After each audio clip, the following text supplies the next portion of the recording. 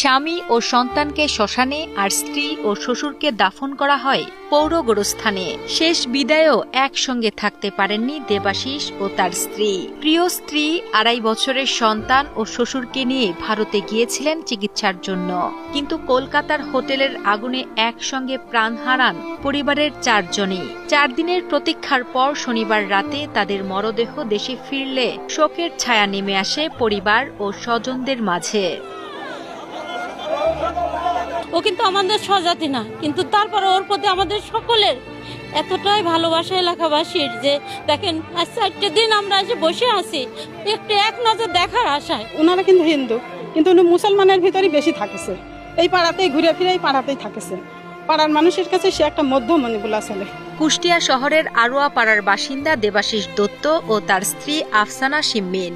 এই দম্পতির ঘরে রয়েছে 8 বছরের মেয়ে দিবানিতা দত্ত ও 2.5 বছরের ছেলে স্বর্ণশীষ। মেয়েকে বাংলাদেশে দাদা দাদির কাছে রেখে স্ত্রী, ছোট ছেলে ও শ্বশুরকে নিয়ে গত 3 আগস্ট চিকিৎসার জন্য ভারতে যান দেবাশিস। বেঙ্গালুরুতে প্রায় 13 দিন থাকার পর তারা আসেন কলকাতায়।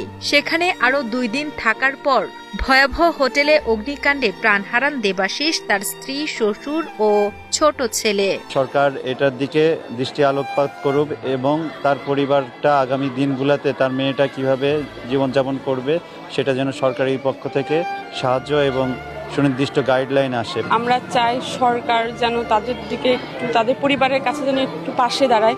22 আগস্ট রাতে 4 জনের মরদেহ 2টি অ্যাম্বুলেন্সে করে দেশে পৌঁছালে কান্নায় ভেঙে পড়েন স্বজন ও প্রতিবেশীরা। একটি অ্যাম্বুলেন্সে ছিলেন সাংবাদিক দেবাশিস দত্ত, তার স্ত্রী আফসানা শিম্মিন ও 2.5 বছরের ছেলে স্বর্ণশীষ। অন্য অ্যাম্বুলেন্সে ছিলেন আফসানার বাবা আকরাম হোসেন।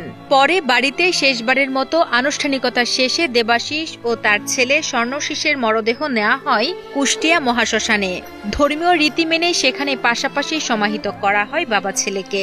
অন্যদিকে স্বামী ও সন্তানকে রেখে আফসানা শিম্মিম ও তার বাবা আকরাম হোসেনের মরদেহ নিয়ে অ্যাম্বুলেন্স চলে যায় পৌর গোরস্থানের দিকে। পরে কুঠিপাড়া এলাকার মডেল মসজিদে তাদের জানাজা অনুষ্ঠিত হয়। দেবাশিস দত্ত এবং তার 3 বছরের পুত্র স্বর্ণশীষ দত্ত তাকে পাশাপাশি সমাধিস্থানেই তাকে সমাধি করা হবে। এদিকে কুষ্টিয়া সাংবাদিক ইউনিয়নের সভাপতি আব্দুর রাজ্জাক বাচ্চু জানান, দেবাশিস দত্তের মৃত্যুর পর তার পরিবারটি চরম অনিশ্চয়তার মধ্যে পড়েছে। পরিবারে নিজেদের থাকার মতো কোনো জায়গাও নেই।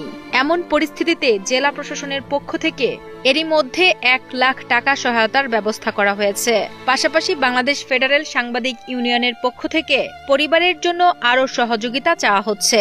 দেবাশিস রেখে গেছেন তার 7 বছরের একটি মেয়ে, অসুস্থ বাবা, অসুস্থ মা এবং অসুস্থ শাশুড়ি, এবং এই পরিবারের থাকার জন্য কোনো জায়গা নাই। জেলা প্রশাসক মহোদয় ইতিমধ্যেই 1 লক্ষ টাকার ব্যবস্থা করেছেন এবং বাংলাদেশ ফেডারেল সাংবাদিক ইউনিয়ন আমাকে বলেছেন মাননীয় প্রধানমন্ত্রীর বরাবর একটি আবেদন দেওয়ার জন্য। সেই আবেদন দিলে তারা তাদের পক্ষে যতটুকু সম্ভব সেই প্রয়োজনীয় ব্যবস্থা গ্রহণ করবেন।